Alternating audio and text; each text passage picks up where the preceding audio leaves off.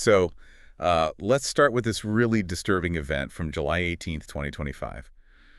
Jyoti Sharma, just 21, a dental student at Sharda University. She tragically took her own life in her hostel room, and, well, she left a note naming two professors, Mahinder Sir and Sherry Ma'am.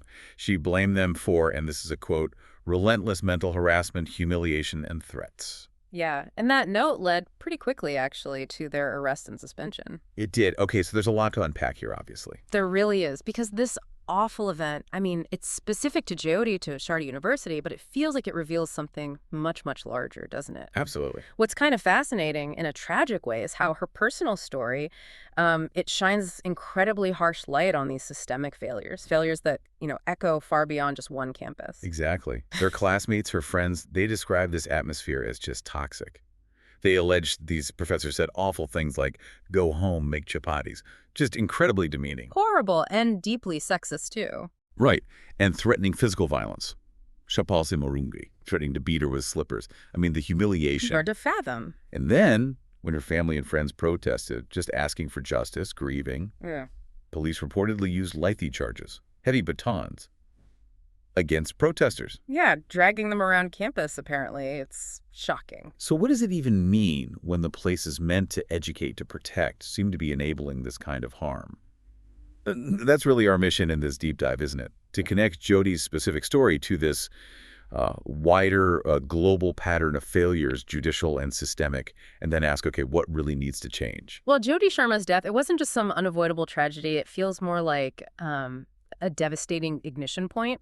It showed how easily violence, even psychological violence, can be sort of enabled, and how accountability just gets silenced when institutions are apathetic. Institutional apathy. That Right. sounds key. It is. The university, you could almost say it functioned like an internal black box. Complaints allegedly stayed inside, shielding potential abusers, silencing victims. We saw a study suggesting less than 5% of these kinds of harassment claims in academia ever even get to an independent external review. Wow, less than 5%. Yeah. So that creates this huge crisis of accountability, right? It absolutely does. Yeah. So the internal system failed her. But then that police response to the protests, that's another layer. It takes us beyond just the university, doesn't it? Into how justice itself is handled. Oh, definitely. That lengthy charge against grieving people, it highlights how even law enforcement, who are supposed to uphold justice, can end up, perpetuating harm. It really screams for something like trauma-informed policing. Trauma-informed policing, what does that mean in practice? Well, it's not just soft skills. It's about fundamentally changing the approach so police don't re-traumatize victims or escalate things unnecessarily, focusing on de-escalation, empathy, actually supporting people seeking justice. And this whole idea, accountability, appropriate response, it applies right across the board to judicial systems, too. Okay, so we're seeing a breakdown in trust and due process, both within the institution and then in the wider justice system response. Right. Where else globally do we see these kinds of systemic cracks appearing?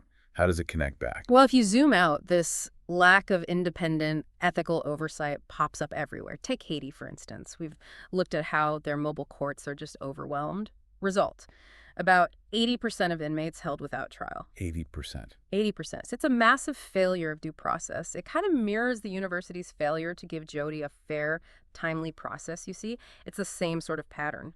A system left to itself or just overloaded struggles to correct itself. And what about interference? Corruption? Jyoti's professors got arrested, but you hear stories elsewhere of powerful people seeming untouchable. Exactly. That's another threat. The vulnerability of justice. Ghana, remember that case? Yeah. 34 judges exposed for corruption. Shows what happens without strong, independent checks. Or think about Venezuela Judge Maria Lourdes Afiuni.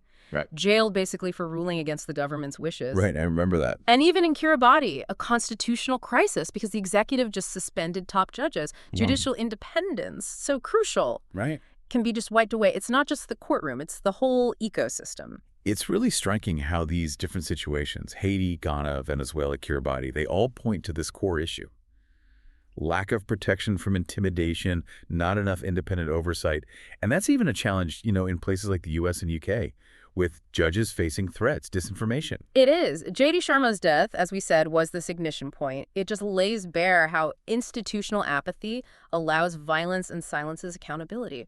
It really underscores the critical need for truly independent grievance bodies, not just in universities, everywhere.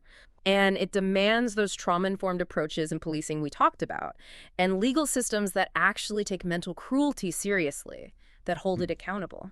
So ultimately, this deep dive, it really shows us that the responsibility for pushing for change, it kind of lies with all of us, doesn't it? Yeah. Her voice, Jyoti's voice, through her final words, it demands we don't forget. We can't forget. We need these big judicial reforms, independent oversight, protection against intimidation, transparency, all these things we see failing globally, from Haiti to Ghana, Venezuela to Kiribati, even challenges faced by judges closer to home.